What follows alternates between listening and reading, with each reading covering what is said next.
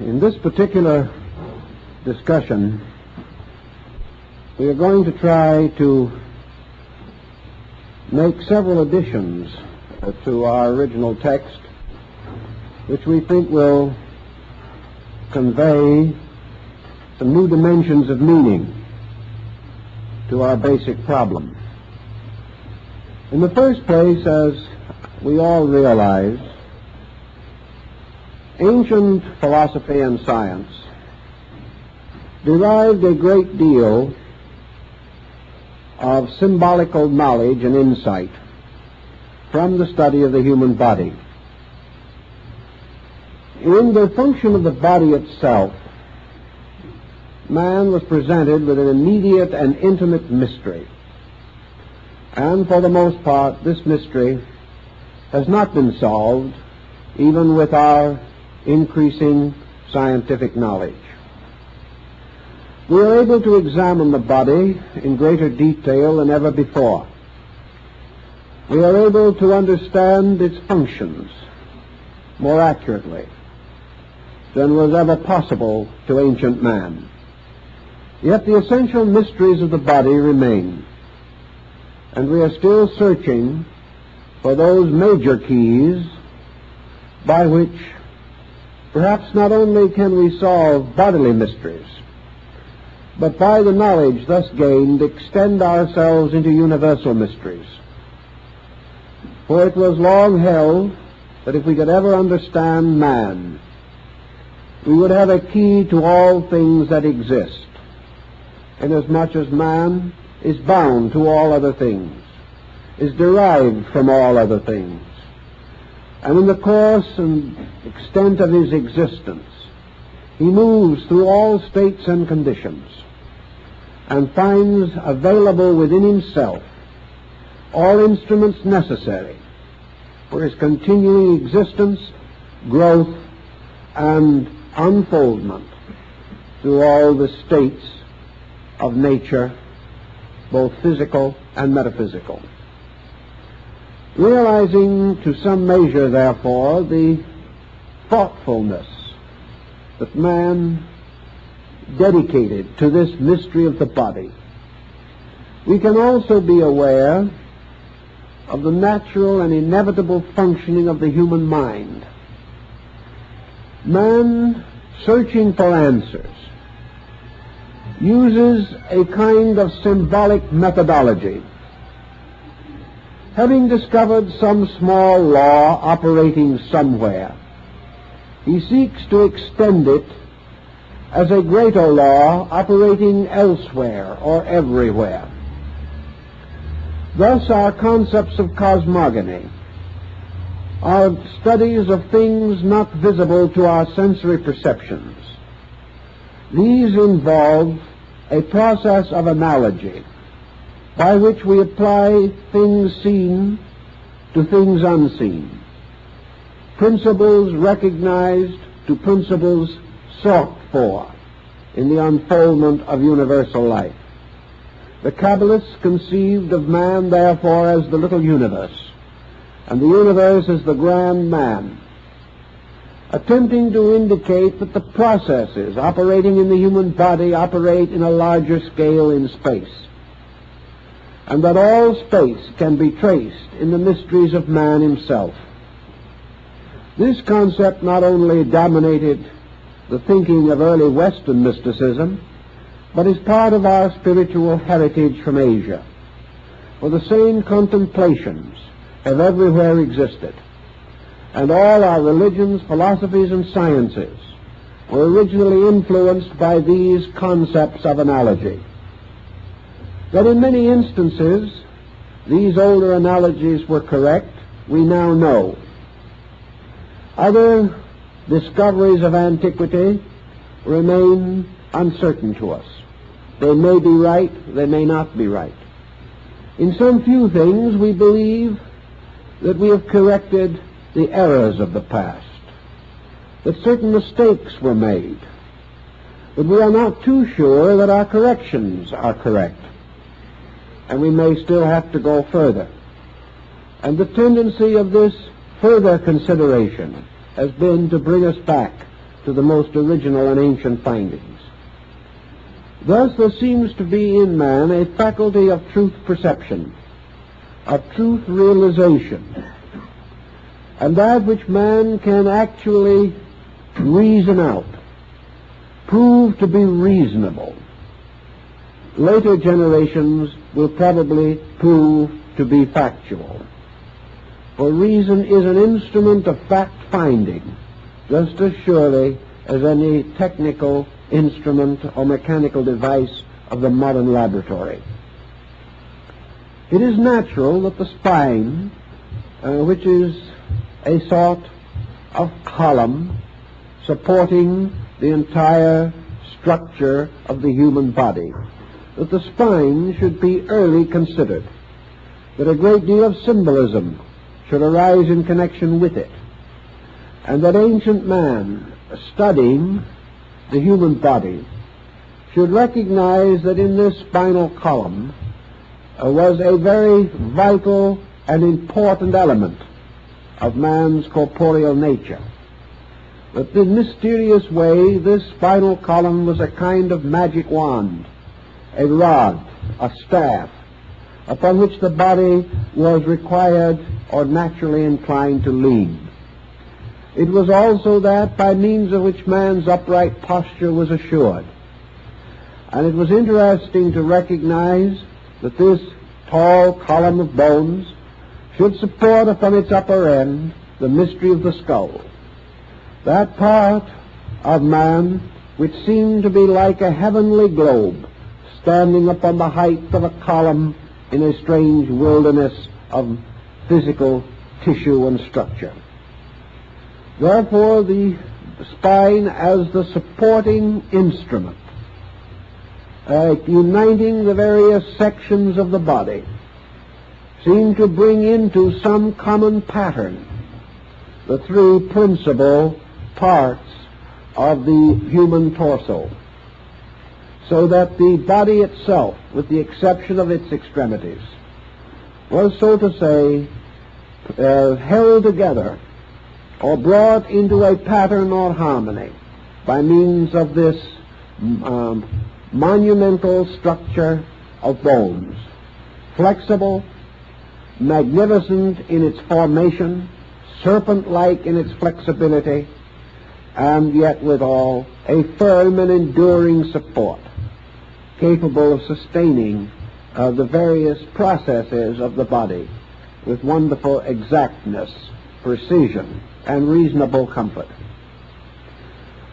It was interesting to these ancient people that this spinal mystery seemed to bring into harmony the three principal parts of the human torso, namely the cranial, or the contents of the skull, the thoracic, or the contents of the chest, and the abdominal, or the contents of the abdominal cavity. These three cavities, so to say, filled with their vital organs and absolutely necessary to the function and consistent development of man, were anciently associated with cosmogony. And Dr. Robert Flood, the famous Rosicrucian mystic of the early 17th century, believed that he found in the structure of the body and its internal organization the source of Dante's mysterious worlds as set forth in the Divine Comedy. We know definitely that this analogy can be extended to many of the Hindu sacred writings, in which the worlds are beautifully arranged and organized in a pattern very close to that of this division of man's principal parts of his body. Thus we have the abdominal cavity, with the long, mysterious, and involved structure of the intestinal part. And in this we see the symbol of the underworld, the mysterious sphere of Hades, of the ancient Greeks and Latins, a mysterious dark universe in which processes are constantly taking place, which are essential to man, but processes that have been very carefully and cunningly concealed by nature. We also recognize in the thoracic cavity what might be called the middle region.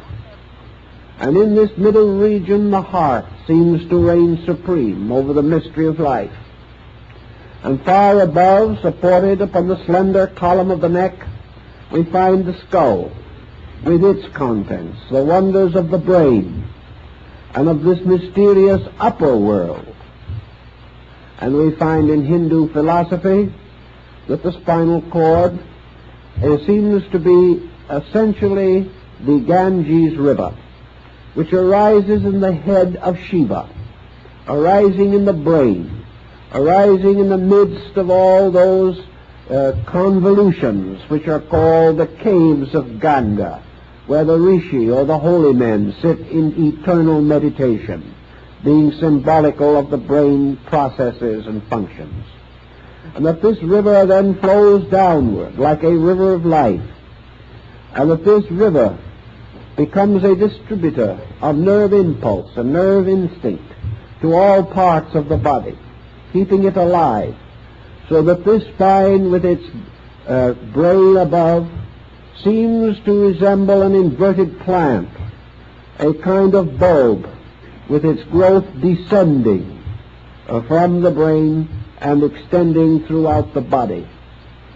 And this extension through the body, through an infinite diversity of nerve structure, seems to resemble a beautiful inverted fern-like plant with its root in heaven and its growth descending downward into earth and even into the underworld.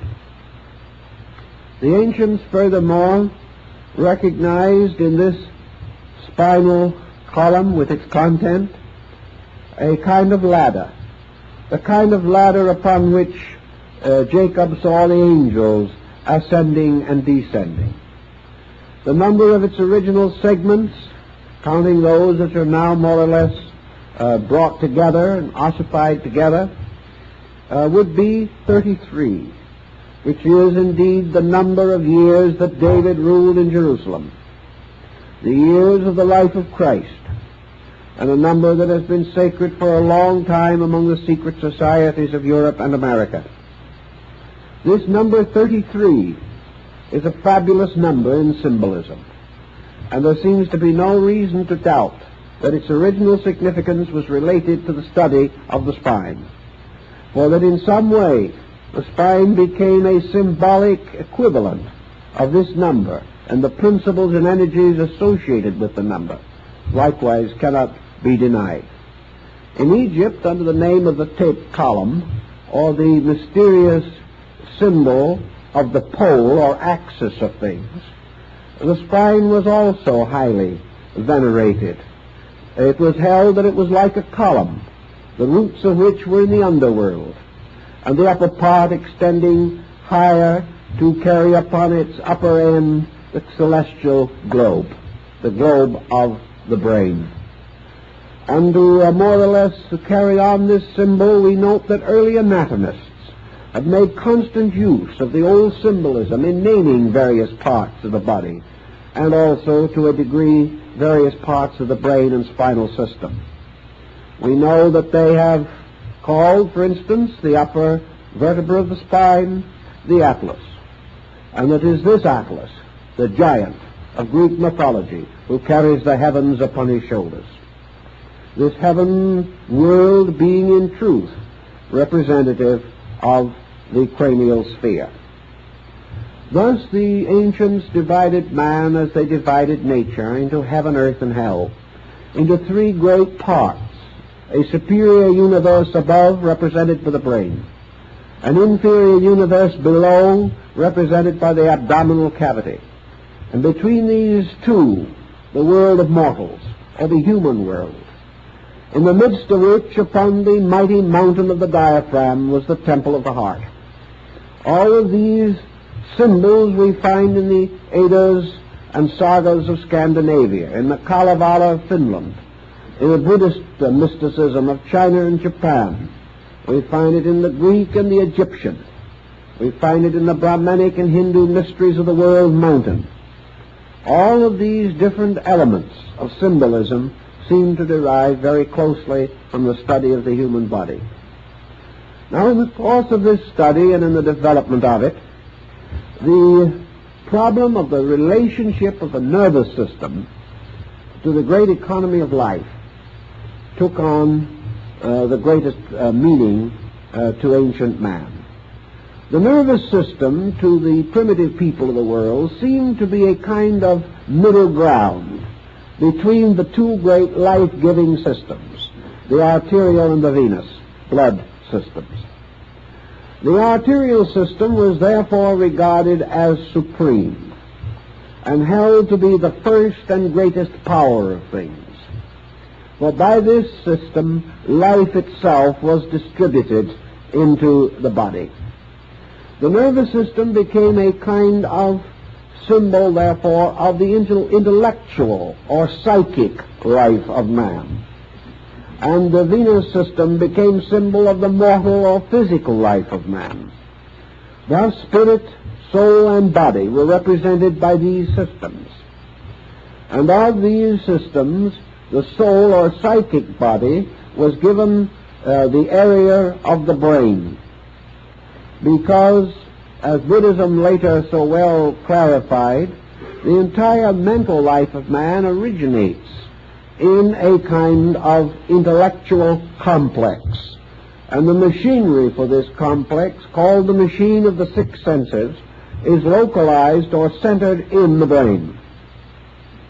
It is therefore in the brain that the individual achieves self-consciousness.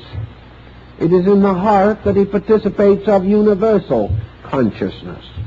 And it is through the venous system and its various functions of the body that he attains a certain body consciousness, which is comparatively rudimentary, but is nevertheless present in the equations of life. In the same way, psychologically speaking, man derives an authority from these areas of his own consciousness. From the heart center, he gains the concept or the authority of life. It is by virtue of this heart power that man is aware of the mystery of what he calls life, and he has associated life with this from the beginning. The brain he has associated with thought, or the mental activity, and the venous system of the body he has associated with function, or bodily structure. Man, therefore, consisting of spirit, soul, and body, or spirit, mind, and body, assigns these in a symbolic way to these three great areas of his own physical structure, which are united into one mysterious and wonderful pattern by the sovereignty of the cerebrospinal nervous system. This led in turn to a whole series of philosophical inductions and deductions, some of which are of value to us in our present thinking. Buddhism helps us in one respect, because it gives us, to a large degree, the anatomy and physiology of the nervous system. In India, it is assumed or was believed that Buddha was associated with the planet Mercury. And it is this, in turn, which primitive Western man always associated with the nervous system. The nervous system involves not only the physical sensitivity to nerve action and reaction, but it involves the entire sensory existence of man. This sensory existence of man brings into focus another interesting belief of the ancients, which we have mentioned in the book, but which I would like to enlarge upon a little more. Namely, that the entire nervous system of the body is an extension of the nervous structure of the brain itself. Therefore, that there is a mental or nervous image of the whole body in the brain. And the brain process is, first of all, achieved within a brain body, and that this in turn is extended into the physical body itself.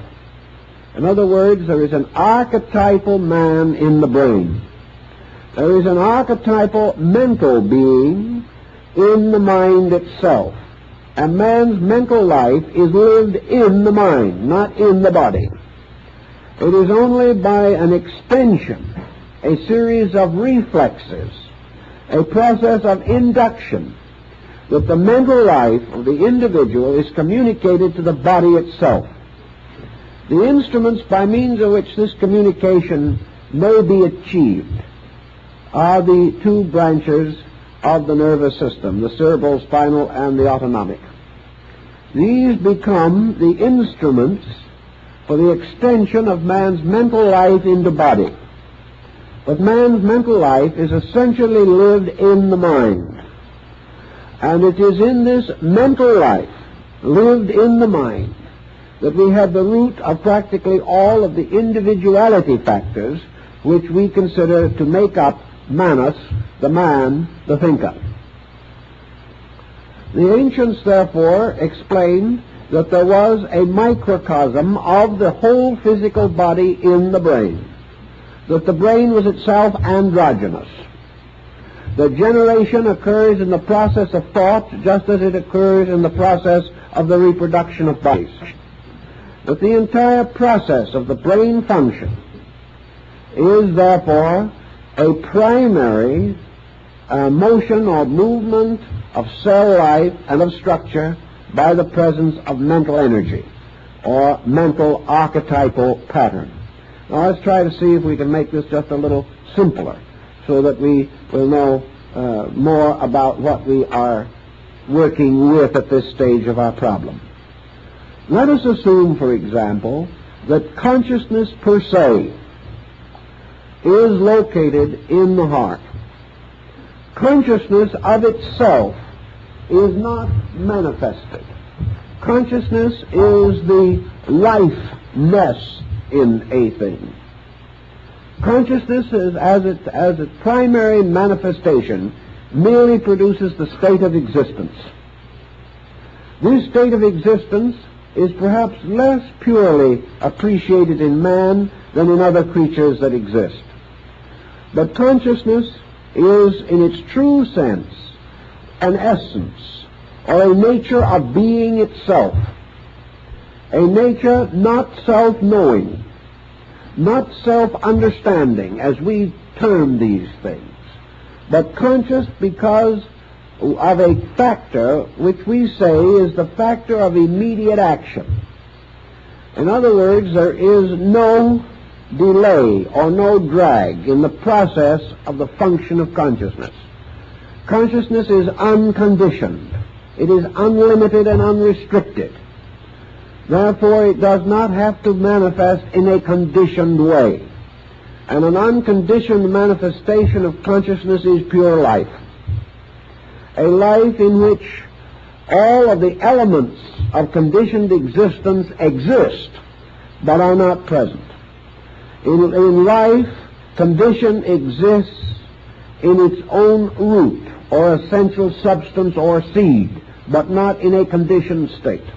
A creature, therefore, with a heart life may be said to have a condition of consciousness similar to what Buddha describes as nirvana.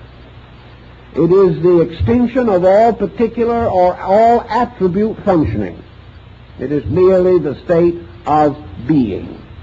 A being which does not define its own nature. A being which does not affirm or deny anything. A being which merely exists, and by its existence bestows life. For life is the existence of this being which is itself immortal. In the development of life, a life develops into a condition of life knowing.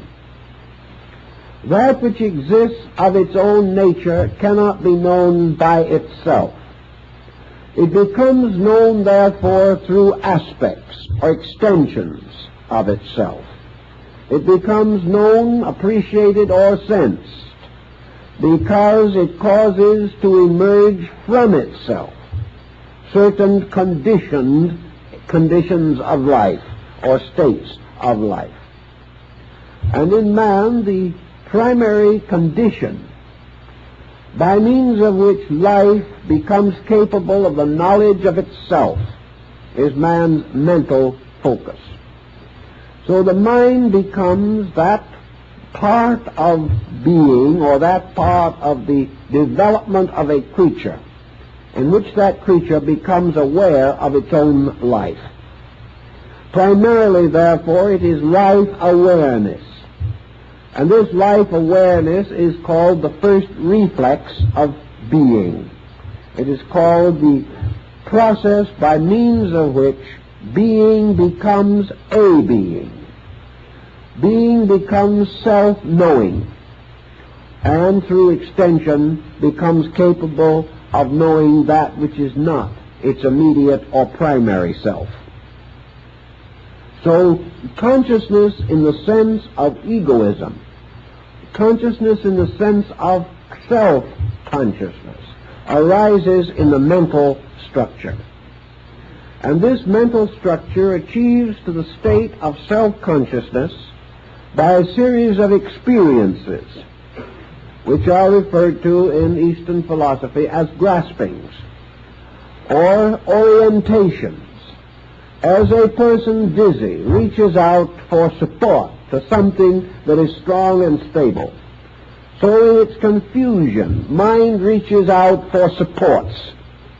It attains these supports by extending itself by means of the nervous system through the sensory perceptions, and it gains certain consolation or conviction material from the testimony of these perceptions. This testimony being brought back into the mind, coordinated by the mental coordinator, and thereby assembled into various types of knowledge. All these types of knowledge having as their end and purpose the discovery or experience of the nature of a selfness or a selfhood. Thus, in philosophy, we discover that it is by means of the mental process that man becomes capable of the consciousness of isolation. He becomes capable of thinking of himself as himself. And as a result of that, he can no longer think of himself as anything else but himself. And out of this conditioning comes the gradual separation of the personal from the universal. And the personal appears upon the surface of the universal. And the personal becomes a condition of the universal. And by means of the personal, the individual again turns his attention upon the universal, gaining this mysterious ambition to understand all mysteries, to solve all problems. Now, the answer to all mysteries lies in the heart. The power to search for this answer is given by the mind, for it is the mind that discovers the mystery of the heart. It is the mind by means of which all particular things must be explored, known, or estimated. Now, out of this situation, there thus arose at a primitive time a process by means of which the mental nature began to assert itself over the arterial system. Life is conveyed to all parts of the body by the arteries. But this life was a sleeping life, a life which contained all energy, all that was necessary to enliven. But this sleeping life did not know itself or any other thing. And over this mysterious area, which had become full of life, the mental nature began to exercise control, domination, or leadership by permeating this life with a series or a mass of minute extensions which gradually became nerves. But these nerves are nothing more or less than the gradual crystallization of the seeking power of the mind. The mind seeking not only to know things, but to gradually coordinate the body. That the mind could control the body meant self-control. And in taking over the control of the body, the mind then affirmed a leadership over this structure. And this leadership ultimately caused the individual to become a mental being rather than a living thing solely.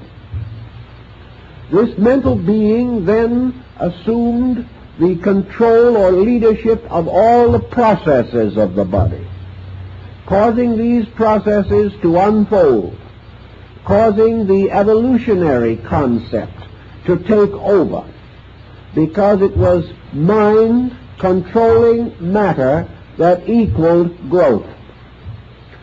Growth in this sense merely not the extension of body, not the continual healthy life of the cell, not even the healthy process of cell fission and a multiplication of cells, by means of which the world might sometime become completely laden with tissue alone. But now the gradual imposing of mental purpose, the imposing of mental energy upon physical processes and upon the life itself by which these processes were animated. Thus the mind became the transformer. It transformed body into a purposed instrument of selfness. And gradually this self in the body attained greater and greater dominion of body until it established a complete tyranny over body. By the time this had been achieved, man had become a thinking creature. But now we are at this interesting crossroad in the world's thought, that we have now achieved the condition in which, by evolutionary processes in nature and by psychological processes in man, the neural power or the nerve distribution has become the administrator of life. It is therefore in the nervous system now that we must seek the solution to most of life's mysteries. It is in the nervous system also we must find the cause of most of life's misfortunes. It is in the nervous system also that we must search for life's meanings, life's goals, life's purposes. We must also seek in the processes of the laws governing the development of neural energy and its distribution to discover the rules by means of which mind does administer matter, either correctly or incorrectly. We thus find man today, as the ancients rather assumed him to be, a creature largely composed of mind and the mind physical symbolism, the nervous system. We find that the nervous system has permeated practically all parts of human structure. That as a result of this structure is becoming increasingly sensitive and immediately responsive. And by this process, whether we realize it or not, the entire body is being changed into mind. Mind is gradually becoming the substance of man. And the so-called arterial or physical system of man is becoming more and more an energizer of mind. And the vital substances of the body are being channeled ever more continuously to the use of the mental agent. Now this sounds as though we were progressing in some direction or another. But the rub in this situation seems to be that no one seems to be able to vouch completely and adequately for the integrity of this mind instrument that has taken over. Just exactly what is this mind? What is its real nature? What is its substance? Is the mind essentially good? Modern psychology and modern science would be inclined to doubt that the mind is good. They will not go much further than to simply say, here it is. We got it. We've used it. We've abused it. And here we are, in the midst of the consequence of something. Also, we suddenly discover that practically all human beings are trusting their destinies to an instrument called the mind, without knowing where it came from, what it is trying to do, whether it is selfish or unselfish, right or wrong, whether it is capable of factuality or not, whether we can depend upon its advice or cannot depend upon it, whether it is an arbitrary despot or an instrument of universal destiny, we do not know. We take certain comfort and consolation, however, in the assumption that mind must be meaningful, because it is a product of a meaningful universe engaged in a meaningful project. Therefore, mind must have its place in the universal purpose, or it could not appear in the human structure. For all intents and purposes, however, man has discovered that the mind, by its very nature, derives a large part of its knowledge or a large part of its basic reasoning materials as a result of the testimonies of the nerve sensory perceptions. Therefore, that the mind very largely is building its entire structure from environment, and that the great and essential purpose of mind was to extend itself by means of nerves, so that by means of these nerve links it could bind itself to the mystery of the outer world. Without a nervous system, man could not be aware of the world around him.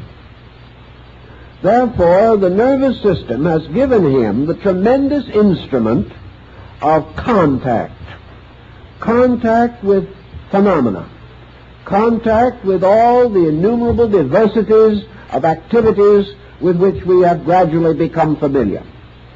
For all classifications, all orders, all systems, which have now been brought together to constitute basic texts for education, all of these structures of findings are the direct result of nerve testimony. By means of nerves, certain impressions, certain reflections have been brought into the nature. Thus, out of this entire structure of nerves, man is building a series of adjustments between the self, which is the nerve focus, and the world in which the complete organism exists. In this particular pattern of things, the heart has been reduced to one simple problem, namely that it supplies the fuel. The human heart becomes simply the energy by means of which this entire procedure is carried on. If the heart stops, the entire nervous system fails with it. If anything happens to the essential life principle in man, all of the vast superstructure of nervous reflex is destroyed. Therefore, the nervous system and the egoism in man is dependent upon the heart. This dependency, however, has not been generally recognized. And the individual, except for a few who have made certain careful studies, the individual in general affirms that the mind, being his link with his world, is his most valued possession, and that also its testimonies, right or wrong, good or bad, are inevitable, and that we should only pause long enough to be thankful for the fact that we have a mind, and should not be much concerned with what we do about it. Now, this prevailing thankfulness is also generally absent, and as a result, we are rather thoughtless people, so far as major problems are concerned. About the 2nd century of the Christian era in Asia, there arose a sect in Buddhism which was centered around what was called the Lotus Gospel. The Lotus Gospel, possibly the result of the work of the great Buddhist Arhat Nagarjuna, certainly one of the greatest saints and reformers of primitive Buddhism, centered around what was called the heart doctrine. The fact that the truth of things must be obtained by restoring the sovereignty of life to the heart. Now, the Bible gives us much the same thing. As a man thinketh in his heart, so is he. That the real person, the real nature of things, resides in the heart. That the heart is therefore the silent one. That power which is generally ignored, but which alone contains the fountain of things. Nagarjuna took the attitude that by means of the heart we are bound to the world of cause. By means of the nerves and the mind we are bound to the world of effects. And at the moment, in some way, the truth in us is concealed by the conflict between these two systems, and by the fact that largely the control of the body has come to be vested in the intellectual or neural system. Thus we have built a mental nature built up upon phenomena that has been digested, organized, and rationalized. It is as though we had a kind of a Bureau of Vital Statistics in the skull. And into this bureau we have gathered all known and knowable facts. We have then turned these facts over to coordinators, who have in a mysterious and wonderful way, by aid of a machine which is more exact than any of the mechanical brains we have ever been able to manufacture, that by means of this internal machine which transforms facts into relationships upon which dynamic must depend, that by means of this we have come to certain dynamic attitudes about things. These dynamic attitudes form in themselves a little bouquet or cluster of dynamic factors. And these, in turn, by their chemistries and interminglings, have produced what we call the ego, which is, in a sense, the summary of our dynamics. The ego is, therefore, the thing that says, I want, I will, I must. Or, in more convenient terms, not having any particular desire for exercise, it says, I am, which is the affirmation of the fact of self, gained from one primary means alone, namely, that the thinker distinguishes a difference between its own nature and that which it thinks about. Phenomenon, therefore, or the message of outside things moving in upon the individual, this procedure gradually affirms the existence of the thinker in relationship to its own thoughts. And by the fact that we see, we taste, we touch, we feel, the gradual inevitable conclusion is that we exist. And this positive concept of existence within the mind gradually becomes justified by the fact that we can extend our own consciousness into other things. Therefore, we must have a separate consciousness which can be so extended. And subconsciously, we have invested this with the dimensions and proportions of a psychic self or an entity. Now, in this procedure also, the nervous system has come into positive operation. And the nervous system, extending itself throughout the body, has formed its own kind of body. It is not merely that the nervous system is little threads making other physical organs function. The nervous system, in order to cause function to exist in matter or in structure must function from its own archetype. Therefore, the organization of the physical body as we see it now depends very largely upon the impression upon this body of the neural archetype, a seal, design, or pattern. The reason why cell generation does not go on to an infinite mass of tissue is because mind and neural energy, functioning as the agent of mind, imposes boundaries, imposes limitations, distinguishes processes, and gradually begins the process of transforming or molding the body into a physical equivalent of its own neural nature. And here's where we get into perhaps one of the most interesting but complicated doctrines of antiquity, and that is this doctrine of the Kundalini Shakti and the spinal chakras. Let us then try to understand this a little better, because actually there isn't too much available on this particular problem. We would assume that the various schools of Asiatic philosophy, particularly the Yoga and the Tantra, which were closely associated with this doctrine, would be in common accord about it. But they are not. There are many branches and schools and systems and subdivisions of thought relating to the entire Kundalini mystery, even in Asia. And we cannot, therefore, simply affirm that the East was in common accord about this.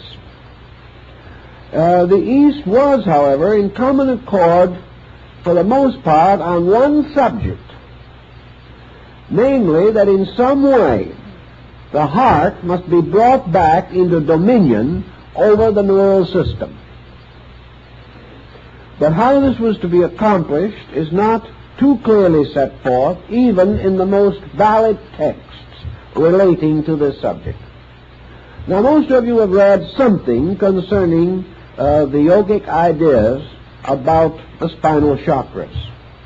This row of lotus-petaled wheels of light, representing presumably important ganglia or plexi along the spinal cord, that through these there moves a mysterious power which is called the serpent power, and that this power, rising from the base of the spine, ascending through the various small nervous threads of the autonomic system, results in the activation of these chakras, and that by the activation of these chakras, certain internal areas of consciousness are opened or are intensified, carrying with them degrees of extra or supersensory perception and power. Now, this is a very big theme, and it is also a very intriguing one. But let us try to work with the subject just a little more carefully and with some considerable more specialization than we were able to do in our book, to see if we can find out more of what is intended. In almost all works, in fact all works, dealing with the chakras, these are represented in one way or another by symbolic figures. These figures are for the most part lotus form, distinguished by the number of petals. And each of these lotus forms carries within it certain other images and symbols. And on each of the lotus petals are various letters of the ancient Sanskrit, letters representing ideas, tones, energies, values of one kind or another, with which these chakras are specifically identified. There is no reasonable doubt in the world that these 7 chakras generally listed, although this number is arbitrary. There are some schools that maintain 5 and some 6. But that the number 7 should be associated with them probably has to do with ancient astronomy, or a parallel thereto, inasmuch as the entire concept parallels very closely the monochord of Pythagoras, the single-stringed musical instrument, with the upper end of the string attached to the empyrean, or the sphere of the fixed stars, and the lower end of the string attached to the earth. Frets or stops were placed along the string to correspond to the orbits of the planets. And the so-called 3 inferior planets of the ancients, the Moon, Mercury, and Venus, were considered to be the lower part of this instrument. In the center, or the exact middle of the string, was placed the fret of the sun, by means of which the octave was achieved. Above the fret marking the sun's position were those of the 3 superior planets, Mars, Jupiter, and Saturn. Thus this vertical thread placed, as Pythagoras placed it, between heaven and earth, and divided by 7 frets into intervals, became very similar in its general concept with that of the chakra system. For the heart chakra of the Kala chakra system corresponds to the sun, being the 4th from above and the 4th from below, both in the Pythagorean astronomy and in the Tantric yoga. Thus the heart chakra corresponds to the sun in the solar system. And above it are 3 superior planets, so-called, and below it the 3 inferior ones. In both systems also the distribution of the planets in relationship to meaning and in the significance of the chakras. This distribution is sufficiently parallel and close so that there are no glaring inconsistencies between the astrological theory and the yogic theory. The next point, perhaps, that we will want to mention or think about is the relationship between these chakras and the seals of the Book of Revelation. The 7 seals of Revelation certainly bear a striking symbolic content. For in each case, as the seal is opened, a vision or apocalyptical experience is unfolded. It is also quite possible that we have in this the key to the ancient concept of the octave, as Pythagoras developed it in music. For we remember that he was initiated in India at Elephanta and Ellora, and was therefore acquainted with the concept of the Brahmins and other Hindu sects of his time, which for these regarded the spinal cord as the string upon the veena of Shiva, or the musical instrument of the world, and that therefore the mysterious harmony of the spheres of life and of death was played out upon this mysterious musical instrument, and the veena is still shaped very much like the skull and the spinal cord together. Also we have the 7 churches in Asia, described in the epistles of Paul.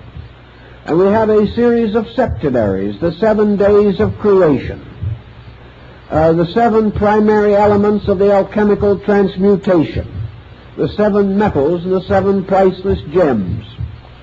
We have many different septenaries of deities, and we also realize that in the Yoga chakra system, the deities are imposed upon these chakras to create a vast complex of interrelated symbols. Let us bear one thing in mind, however, and that is that no one has ever seen any of these chakras physically. No one has ever been able to demonstrate conclusively that the symbolic forms in which they are presented to us have actually an equivalent in any extrasensory level of our substance or nature. This does not mean that the chakras do not necessarily have a superphysical existence, but that they do not resemble the diagrammatic form with which we associate them.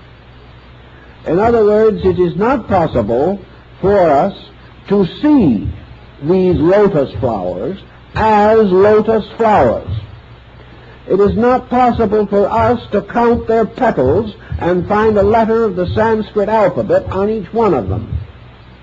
Nor is it possible for us to look inside of one of them and find the six-pointed star, nor is look inside of another and find an elephant with a white howdah on its back. These things we do not find when we look. We cannot find these forms. We do know, however, that these forms were created for a purpose, and that this purpose was undoubtedly and inevitably that each one of these so-called chakra forms is a mandala. That is, it is a meditation wheel. The purpose of the shape of the chakra is therefore to cause it to become a symbol of meditation. And it is meditation upon the symbol and the meaning of that symbol and the gradual internal experience of that symbol which is believed and held to be responsible for the opening of that particular chakra. Thus, the key to the opening of the chakras consists of a series of meditations, these meditations being fixed by the ancient systems of Raja Yoga. Also, it was held that if any method was used in the effort to unfold these chakras contrary to their rules, or that inadequate or incorrect techniques were used, a very serious detriment would result. That the individual would come into a very desperate situation. Now, actually, I think this particular phase of the subject has been a little exaggerated. And most of those who are thoroughly aware of Tantra are in agreement with this point. For the simple and single reason that the accidental or inadequate or incorrect development of these chakras is virtually impossible. In other words, it is almost inconceivable that a person unacquainted with the entire doctrine could cause these chakras to be agitated or affected in any appreciable way. Now, this takes the next point into consideration. Where are the chakras? The chakras were held to be in juxtaposition to a series of important centers of the human spine. That these chakras are therefore related intimately with certain gangliated areas, and that the contemplation of them was intended to be directed toward the areas in which they existed. The higher school of Tantra, however, makes a very interesting statement which we made in the book years ago, but did not greatly extend. Namely, that the chakras are actually all of them in the brain. And that what we call the spinal chakras are the reflexes of the brain chakras in the mirror of mind. That the neural system carries the reflexes into various parts of the body, but that the chakras themselves are in the 7 primary caves of the brain. Why do the Tantra say this? Why? For a very simple reason, namely that the entire chakra concept is mental. The entire procedure is mind influencing mind. The entire engendering of the theory and the working out of the theory is a phenomenon within the field of mental energy. In order, therefore, we will say, to meditate upon the chakra, it must be conceived of mentally. Cannot be regarded as an organ which can be examined by persons of all beliefs. While it's a little inconvenient, perhaps, to examine your liver just as a casual procedure, still it is perfectly possible for us to know the approximate shape and size of livers by autopsy and dissection, or by the very excellent models now made in Germany and, I believe, soon to be released from Japan, bearing upon this phase of the subject. In other words, any physical structure can be explored, can be examined, its size, shape, substance, and materials estimated with reasonable accuracy. Such is not true of the chakras. The chakras can be explored only by mind, can be visualized only by mental concentration, can be known and experienced only by mental reflex. Therefore, in the chakras, you have a very rarefied group of mental organs arising within the substance of man's mental existence. And as a result of that, being subject to all conditioning that is possible to a mental structure or form in nature. Now here is one of the problems that immediately presents itself on this basis. The mind being used for the visualization of these spinal mandala, which is what they actually are, engenders in consciousness the symbolic shape. This shape is fixed by tradition. The shape of this chakra and its content, the numerous tantric symbols included in it, symbols which are derived from the various levels of the Hindu religion and have been specialized in the yoga tantric system. These symbols are internally visualized as existing. Perhaps the beginner or the novice works from a physical chart which shows these forms, with which he becomes mentally and psychologically familiar. The purpose that he is attempting to achieve is therefore to release the energy symbolically represented by this form. By releasing the energy, what he is actually trying to do, whether he realizes or not, is to reverse the process of mental control and restore what might be termed the pure energy, which has been blocked by mental phenomena. Therefore, these 7 seals represent the symbols of 7 blockages, 7 transitory conditions set up by the sensory reflexes of man, resulting in 7 basic mistakes.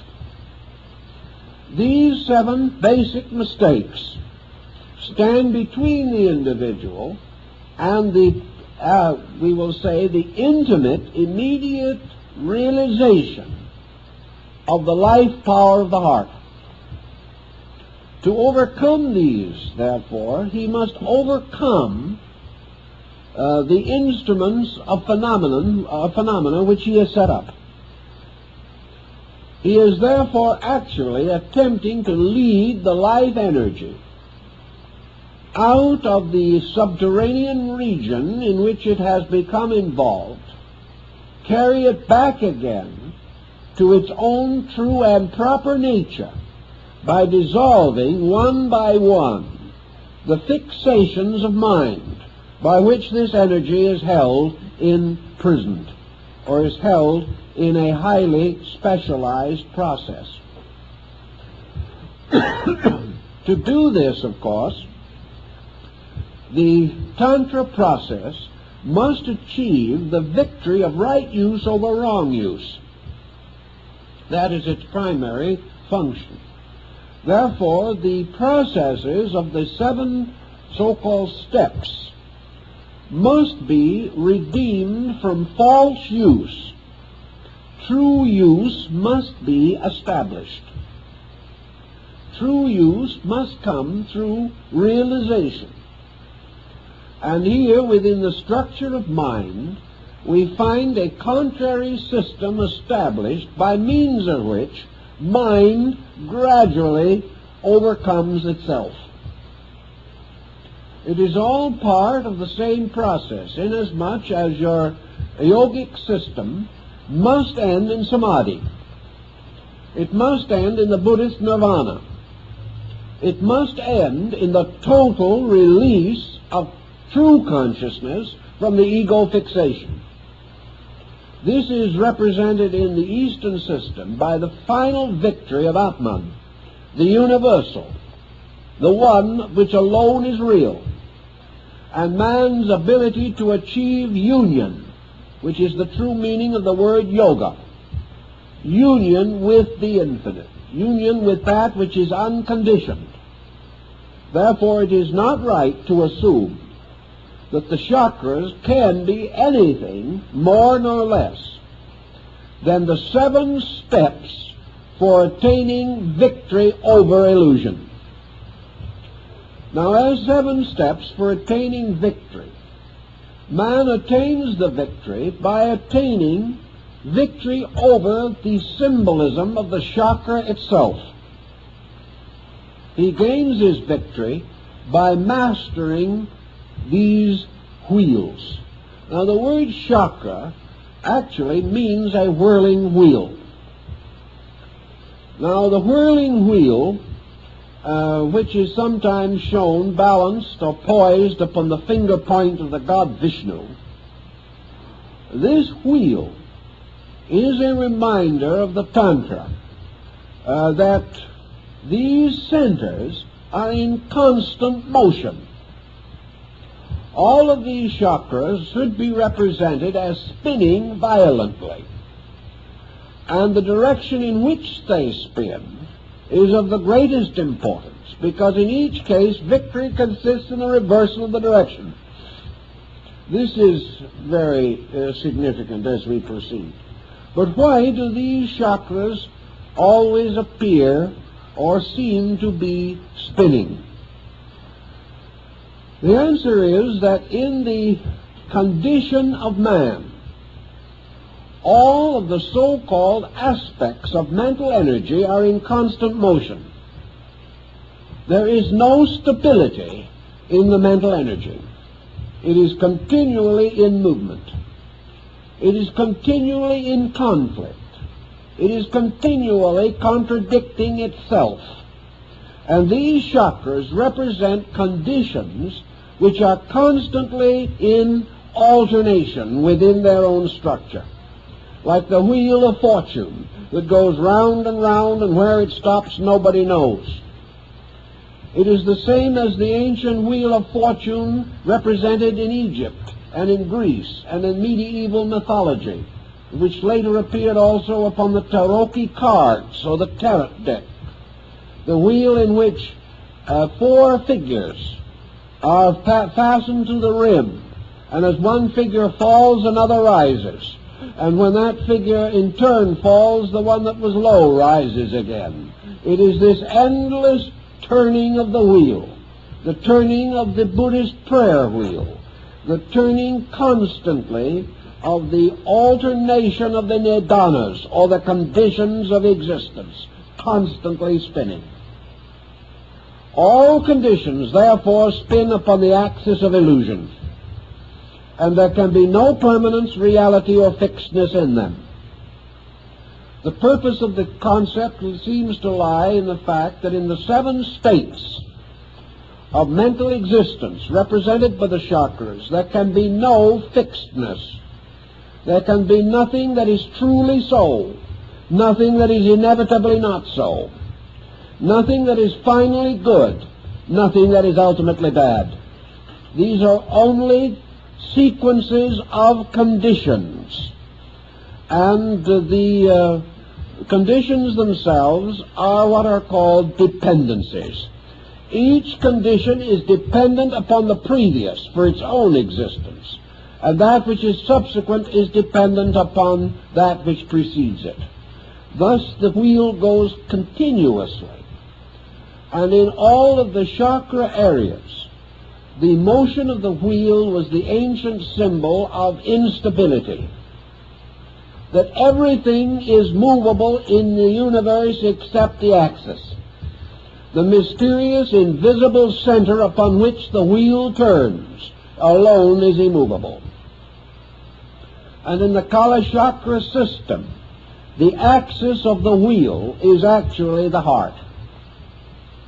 The heart, therefore, becomes the axis of a wheel, and around it move the 6 conditions represented by the 6 other heavenly bodies, the 3 inferior and the superior conditions. The 3 superior conditions are the 3 states of the elevation of mental phenomena. The 3 inferior conditions are the 3 unfortunate or misery-causing states of mental phenomena. And the wheel continues to turn. For a little success, a little sorrow. For a little of gain, a little of loss. For greatness of hope, and moderation of despair. All things moving continuously upon instability. And in the midst of this, the lord of instability, the mind itself. Yet man has nothing else with which to conquer mind but mind. He has no way of achieving mastery. The heart cannot give him particulars. The heart cannot instruct him in this or in that. The heart, therefore, cannot wage war with mind, because it has none of the objective instruments by means of which mind has created not only its wonderful neural structure, but the ancient symbol of this, the spider in its web. For the nervous system is the great web with which the spider has spun its existence. In this system, or symbolism, therefore, we have these chakra points, which represent, therefore, the central patterns, the archetypes of 7 conditions by means of which the unconditioned, or that which is true, is obscured. The mind has 7 patterns upon which it operates. These, we might say, are like the notes of a musical scale. The mind ascends through 7 steps or stages, moving from the infinitely personal to the infinitely impersonal. And the victory of mind over mind is in a mysterious way the only victory which man can achieve, inasmuch as the mind is his militant instrument. The mind is the mysterious power by means of which the error of the mind itself can be discovered.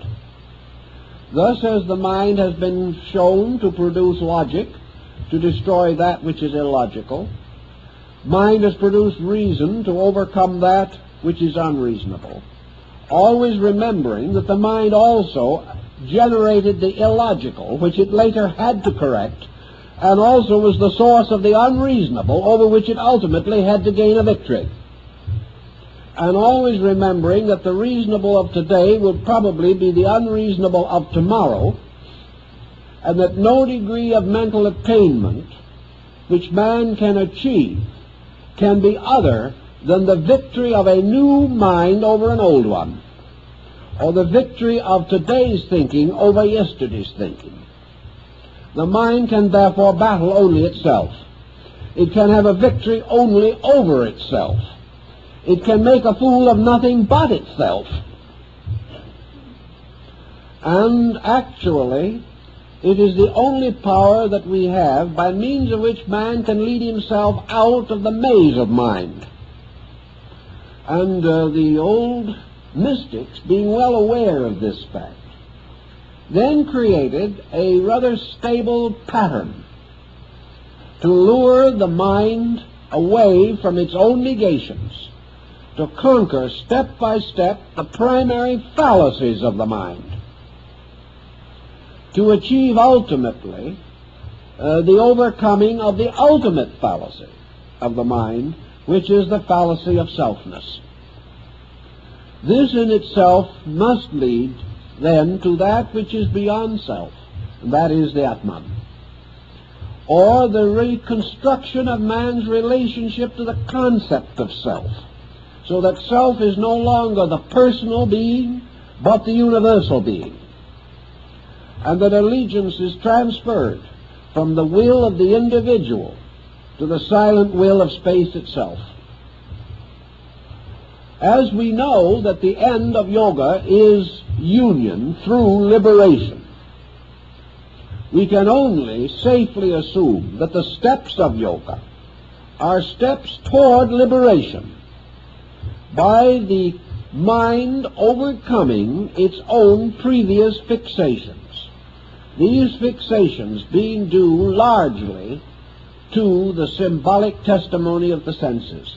Therefore, one of the sensory perceptions is associated with each of the chakras, and the victory over that testimony of the senses achieves ultimately the victory over the error or the false premise which this has set up in the mental equipment of the individual. On this basis, therefore, it can be quite definitely pointed out that the true chakras are in the mind. And the mind, because it occupies an area in juxtaposition with the brain, we may say, for general purposes, that the true chakras are in the 7 important nerve centers of the brain. That the brain, therefore, extends these down through the bodily system itself. Now, one of the points that is very interesting about mental phenomena, which I think we all have begun to realize, is that this phenomena is substantial in its own realm of energy.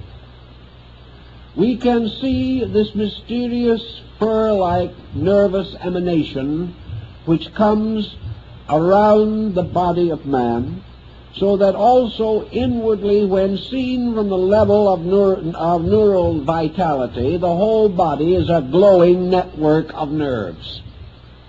These nerves have their own light and light color in themselves, and they have very much the color which we most commonly associate with nervous energy, and that is a yellow or luminous golden color.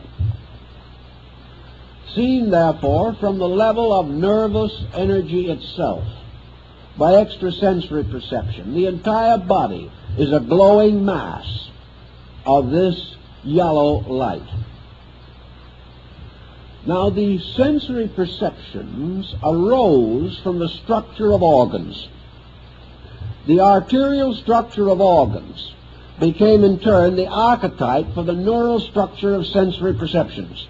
Therefore, the vital organs of the body are also associated with our nervous organs, which are the chakra centers, which correspond to the physical organs of the body.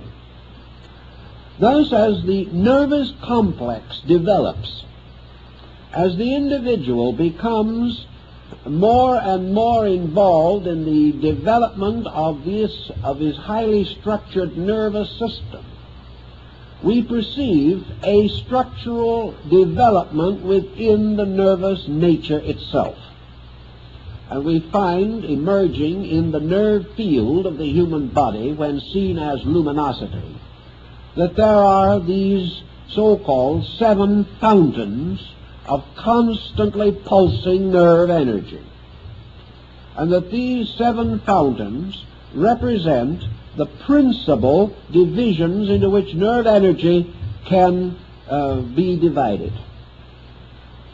These again result in a psychological situation, because the nerve energy being septenary, the upper three parts of the septenary, constituting the higher nerve energy, we generally term today as mental energy. The lower three parts we then also consider to be nervous emotional energy. And the middle point corresponding to the sun, the fourth from each end in this septenary, the sun itself, represents the pure energy of the nervous system. Thus the nervous system is polarized. And the problem that psychology works with in its effort to understand the situation is that there is a mental nervous energy and an emotional nervous energy. These are both out of equilibrium. And the only thing that is in true equilibrium is pure nervous energy itself, which corresponds to the heart as being the center or balance of the neural field. Nervous energy, as we function with it in the body, has to have a kind of link with matter, a link which corresponds very closely in relation to the arterial venous system with the lymphatic system. And we have to have the equivalent of the nerve lymphatic. This nerve lymphatic has to function in two ways. One, it has to unite the two principal nervous systems, which correspond to the two principal systems of blood. It has to link the cerebrospinal and the autonomic processes, which are merely two directions of nerve energy. Also, both parts of the nervous field, the total nervous field, must be linked with the physical body by a series of binders. For the nerve energy cannot affect matter or a material physical structure unless there is a link by means of which these two are related together. Now, the link that is known to antiquity, the classical link between these two, is a kind of magnetic field which partakes somewhat of the nature of nerve energy and somewhat of the nature of matter. We have to have a structure which corresponds with the mysterious aether or akasha of the ancients. This is the fluid mist, the airy water, the subtle matter, the agent which carries within itself the power to link the two opposites. It must therefore lie between them. And in this we have what the old alchemists and the medieval Rosicrucians referred to as the etheric binder. This etheric binder was sufficiently subtle to take into itself nerve energy, and sufficiently gross to be able to communicate this nerve energy to matter. It formed the bridge, a kind of antascarana between these two fields of existence. So wherever nerve functions in body, nerve force moving through nerve structure into body, there has to be these links. The nerve energy itself is one thing, the nerve tube through which it passes is another. The nervous energy is one substance, the tube is another. Thus the channel belongs to the body and the energy does not. And the energy must be channeled in this tube by means of the so-called etheric binder. The interesting thing that we now come to in connection with this situation is that the so-called etheric binder was one of the agents which a long time ago came very closely and completely under the control of the mind. Thus the etheric binder, or this mysterious magnetic field, comes under the dominion of thought. And it is because of this that by means of the mind a series of physical phenomena can be produced.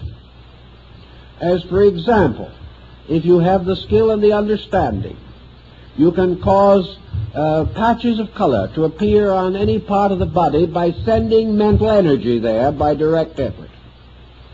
You can also stop circulation in various parts of the body or stimulate it in the same way.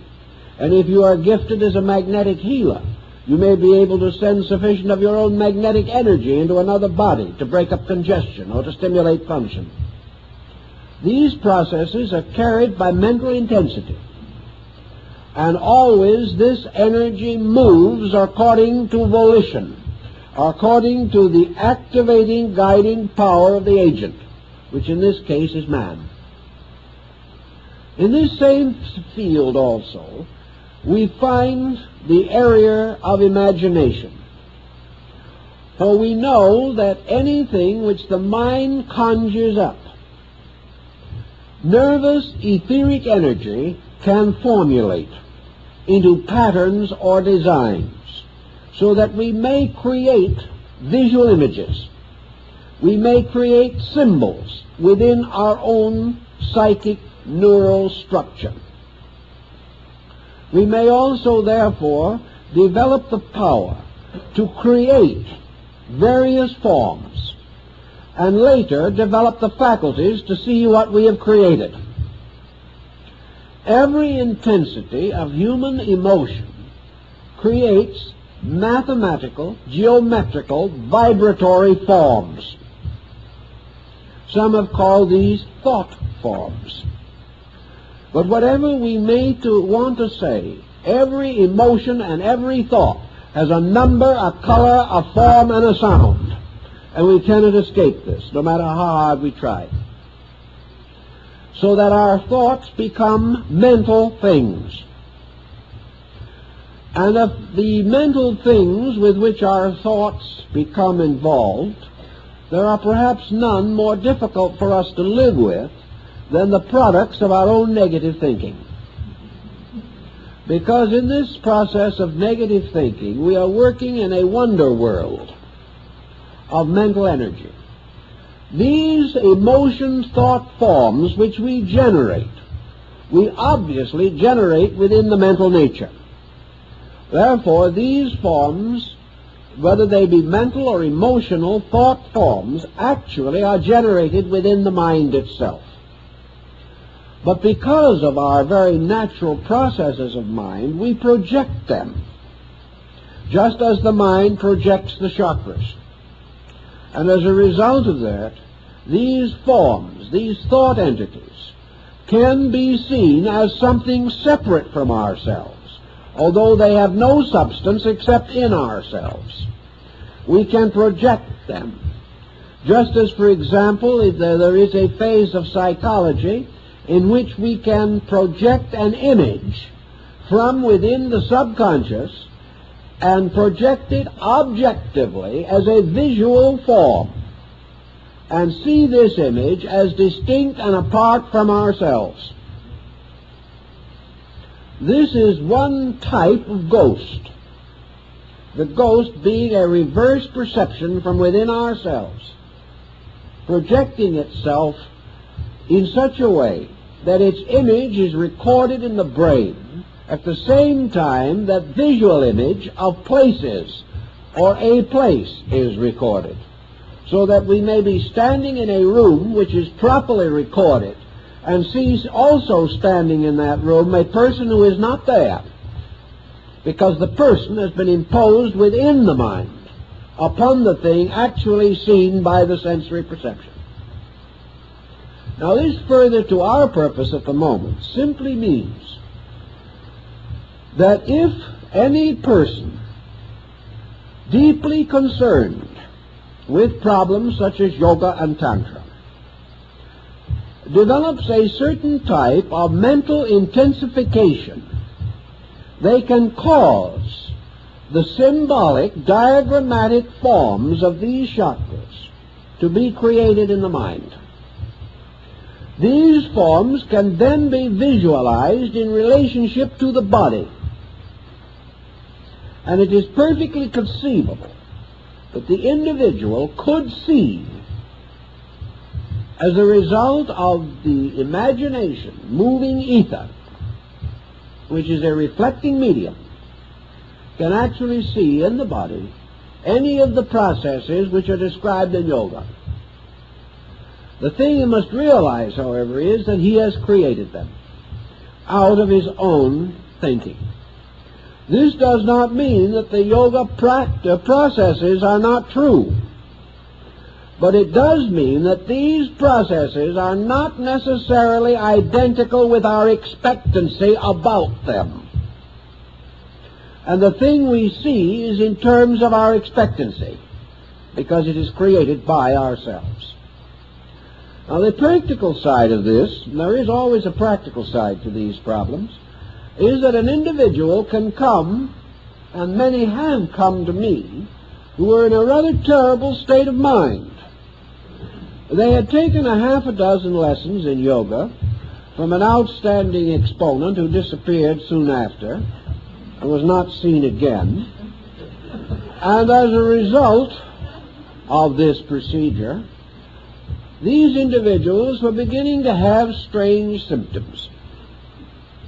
And the only thing that they could finally decide was that their interior yogic chakric system had been badly mistreated by one cause or another, and that therefore they were in a horrible state, and about the only thing they could hope for was better luck in the next incarnation. These people described all of the unhappy symptoms which they theoretically assumed would accompany yoga. They insisted that at some time when they were least expecting it and really weren't even looking at that moment, this tremendous power of the Kundalini surged upward like a geysering oil well, burst into their brain, went out of the top of their head, and took their common sense with it. Now, this situation actually happens. People under such conditions are quite naturally frightened to death. And from this situation has arisen the belief that by wrong practices or by incorrect guidance, a great spiritual injury has been performed. Under this kind of terror, and under the prevailing mental tyranny which would associate with it, lives have been completely wrecked, and individuals have finally landed in hopeless mental breakdown and been confined in institutions.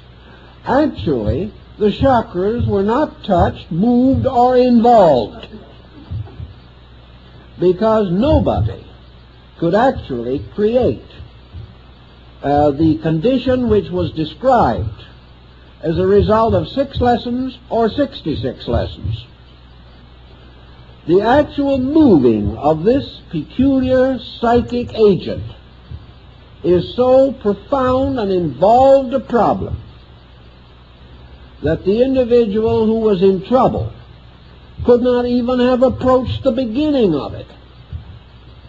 What they had actually done was create a complete mental chain of chakras and blown this apart with their own fear.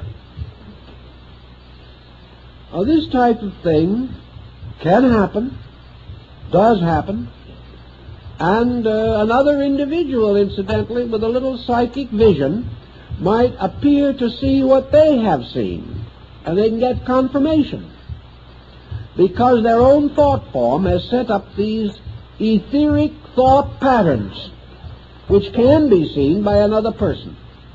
But the fact they can be seen still does not make them so. For in this entire phenomenon of mind, there is nothing that the mind testifies to that is finally true. This is an amazing but important fragment of philosophy. The fact that the mind has decided it is in itself prima facie evidence that there's something wrong with it. For the only truth is that which the mind cannot conceive. So the mind is, at best, an organ of diminishing error, in which by degrees we can overcome its most flagrant mistakes, but we cannot overcome its final mistake, which is self-existence, until, as the ancients believed, we had achieved the samadhi, or the final union with absolute being. So in the chakra problem, we are dealing with a series of symbols. The actual process in Tantra, in the higher schools of Tantra, was not the idea that by means of will and mind the individual was to change the structure of the chakra. The chakra is a condition. Conditions are not changed by will and yoga.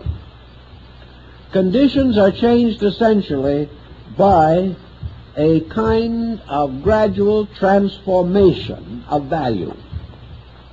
Thus, the meditation significance of the chakra is very simple. The purpose of it is that man shall gradually experience the mystery of the era, by means of which the energy associated with the chakra is locked to a false usage. The purpose, therefore, is not to influence the chakra, not to force it, not to gain a valiant victory over it.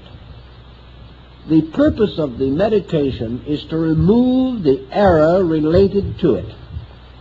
Now, the error related to the chakra is always the error of the use of energy.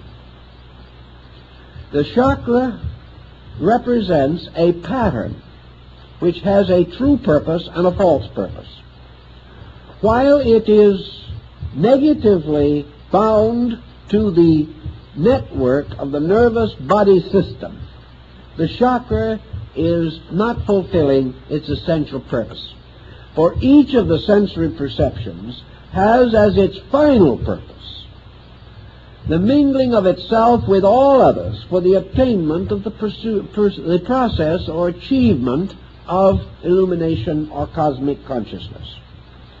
This is not possible because in each chakra the consciousness factor is locked on the side of phenomena or on the side of physical function. Thus, every energy that is falsely bound to a physical process must be liberated in order that this energy may return to its proper state. And when the energies of the 7 sensory factors are all returned to their proper state, the result is illumination. It is the holding of the energy to false usage or to inadequate usage, or the locking of the power of this energy away from those procedures which are natural to it and essential to its function. This is what the Yoga Chakra School seeks to understand and correct. So we have the releasing, or the so-called opening of the centers. This opening is, and never can be, associated in itself with danger, because good can never be dangerous. Furthermore, by its own various procedures, these chakra energies have to be released in order, in sequence, and by degrees. And the energy of even the least of these chakras has to be released in 4 stages. And in some of the chakras, the energy has to be released by 16 stages. In others, by 12 stages, but none less than 2 stages. And in the body itself, the number cannot be less than 4. The only one that can be less than 4 is the Ajna chakra in the forehead, which is of 2 petals only, and represents the one exception to this rule. But each of these is released by the meditation upon the meaning of the letter upon the petals. Now this has to be done by knowledge, by an actual factual awareness of facts. It is no more possible to go somewhere, sit down, and close your eyes tightly and go to work on this problem than it is to fly to the moon without mechanical help. With mechanical help we may make it. but we still will not be able to solve the mystery of the moon in the chakra, and there is one there.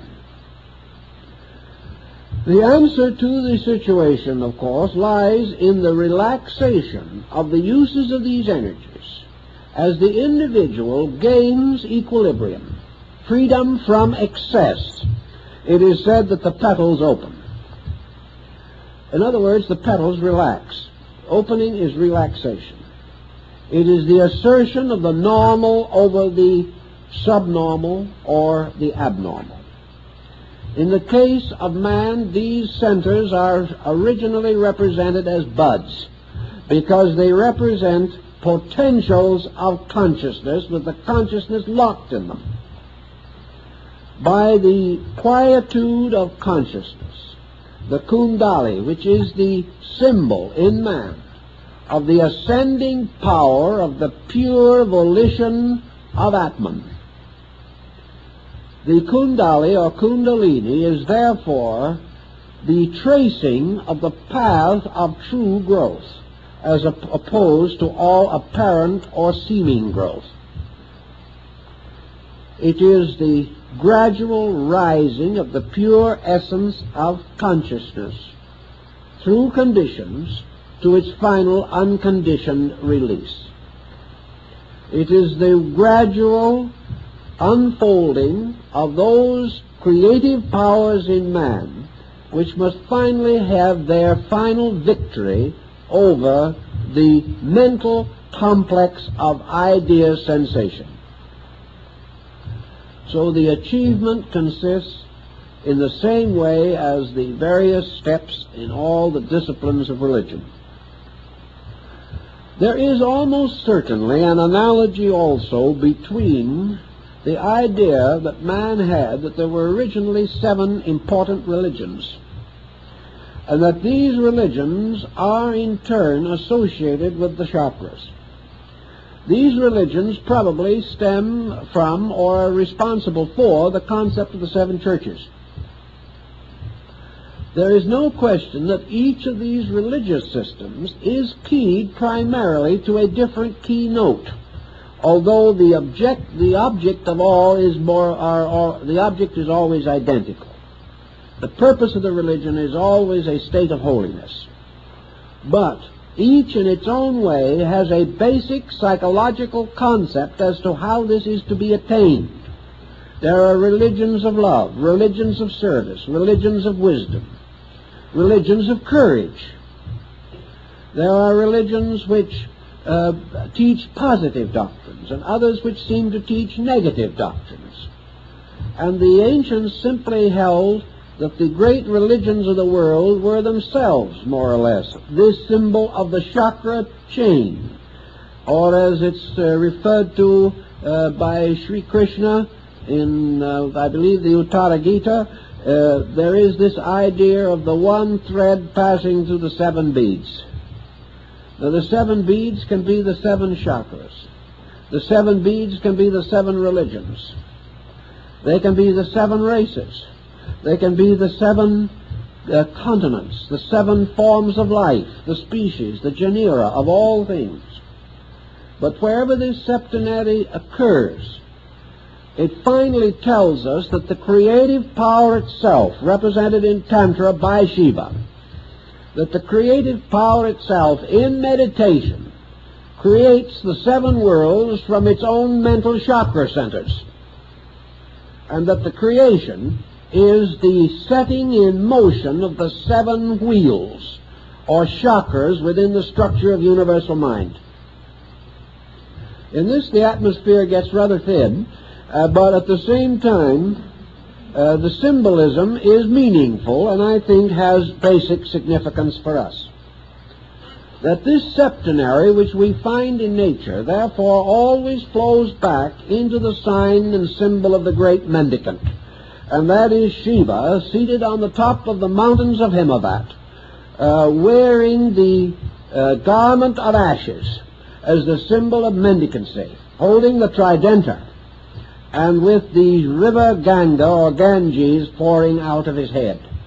But in this meditation symbol, the deity enters into, in descending order, the consciousness of the seven ganglia of the nervous mental consciousness, and from each of these levels causes a creation to flow out. Man is one of these creations.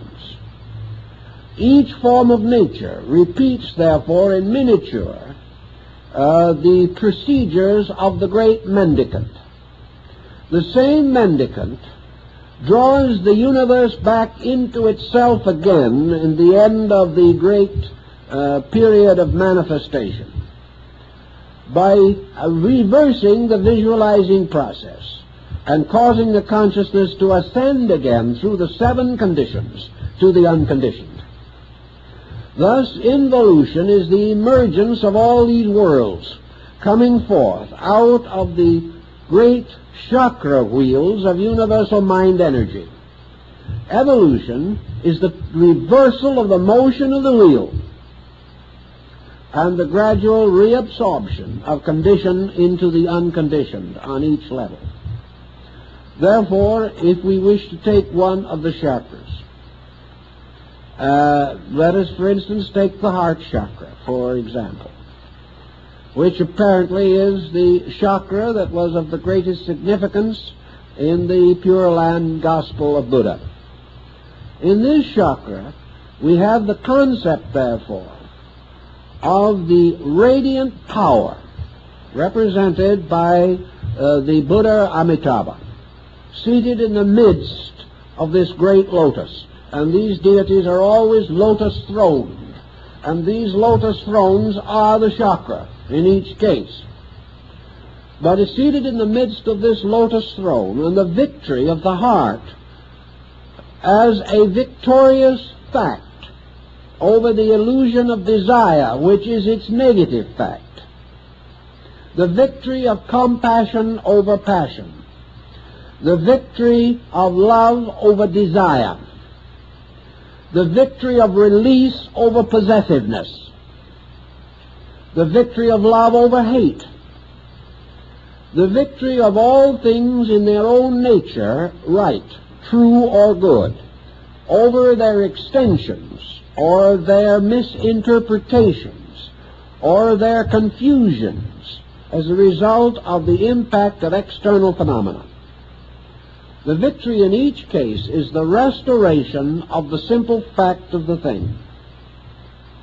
Therefore, when from the heart chakra, which we have variously used in our functions, someone says, have a heart.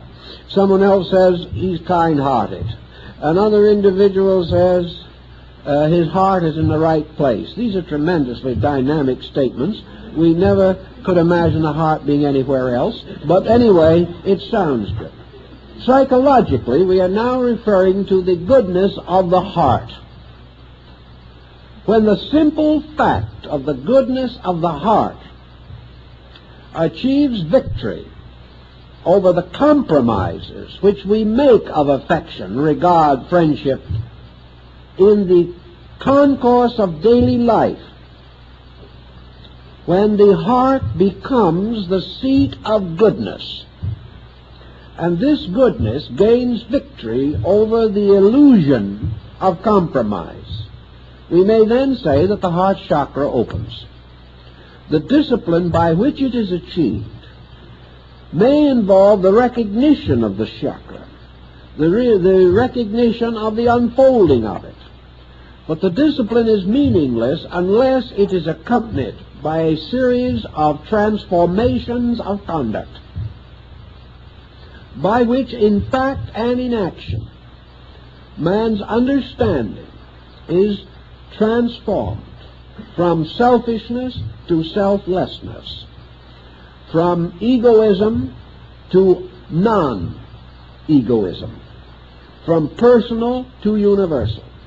And when the transformations have occurred in the conduct and character of the individual, the ancients decided or revealed that this energy, which has been locked in misuse, now begins to flow out in its natural purpose. And the nature of this energy is therefore represented by the 12 petals of this flower. And with these petals opening, the victory of this consciousness over the 12 nidanas, which are the conditions of existence, which can all be solved by true love. The victory, therefore, of the chakra simply means that its energy is now devoted to solution rather than to confusion, and that by an experience of consciousness we have achieved the opening of this flower upon the mysterious rod, which is, we call, the spine.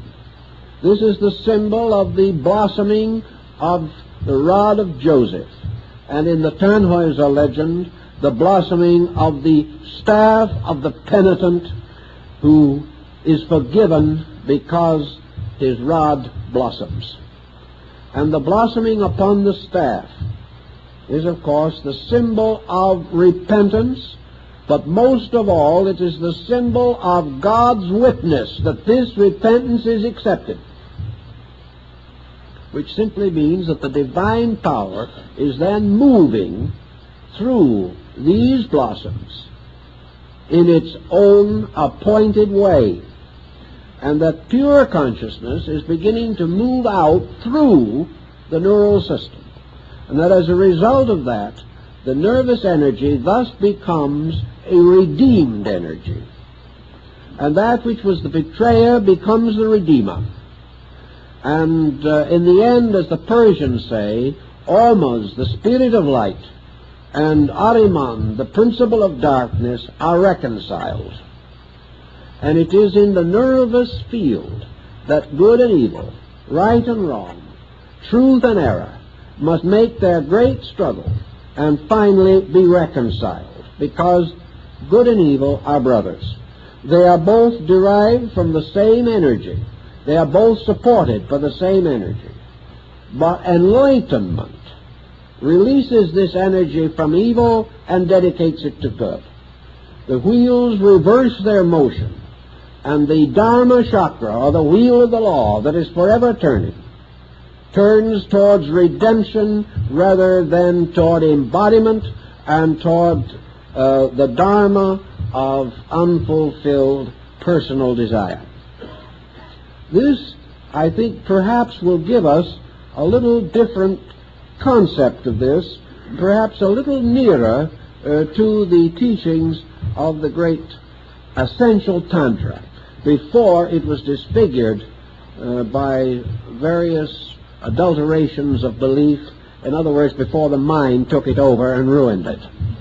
But to redeem it again, it is once more the victory of true consciousness over mental consciousness. And from this, the ultimate victory of silence over all sound. Because it is in the great heart chakra, I think, that Dr. Suzuki got consolation for his idea of a man or the Zen monk slapping his hands together and saying, "You hear the sound?" And then the disciple says, "Yes." Now the master said, "Make a sound by slapping one hand together." And the disciple had a little trouble with that. But in the 12-petal chakra, according to the Tantric scripture, comes from this chakra, the heart chakra, the sound that is not caused by any two objects striking. This is one of the keys of the chakra. So in this we have this concept of pilgrimage, of shrines, of the pilgrim going along the path and stopping to pay tribute at the various shrines of his faith. And in each of these shrines making the offering of his life afresh to the principle represented by the enshrined power, or the enshrined deity. And by this mysterious journey, the individual therefore releases the true energy which he has from bondage to the mind and restores it again to the service of pure consciousness itself. Well, that's quite a little to think about. Maybe that'll do for tonight.